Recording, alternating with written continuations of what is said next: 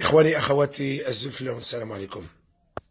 أريد أن أقدم بعض الملاحظات الخفيفة حول ما تفضل به قائد الأركان القايد صالح حول ما يسمى بتفعيل مادة 102 واحترام الدستور.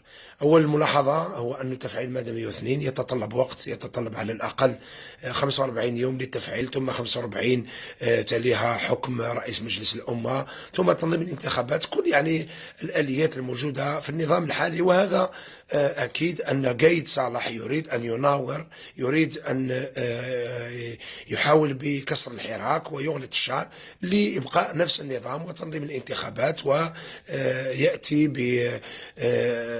بأحد رموز النظام ويبقى به تستمر هذه العصابة.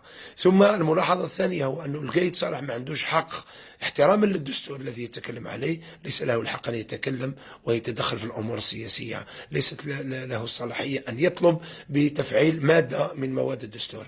ولكن أكيد بين لنا أن حتى قضية تفعيل مادة 102 جاءت متأخرة جدا، لا تليق لوضع الحالي. الشعب الجزائري طلب بصريح العبارة رحيل العصابة، رحيل النظام، رحيل النظام الذي أدى بالجزائر إلى هذه الأزمة السياسية الاقتصادية الاجتماعية التي نعاني منها. ولكن أمام تعنت السلطة وأمام تمسكها بمواقفها، ونحن كجزائريين وجزائريات الإجابة التي تليق لهذا الخطاب هو النزول مرة أخرى بالملايين إلى الشارع وتكرار المطلب الرئيسي لكي يسمع صوت الجزائريين، هو رحيل النظام، ترحلقه بكل العصابة، بكل رموز النظام، بالفساد، لتأسيس لدولة جزائرية، دولة الحريات ودولة القانون. شكرا.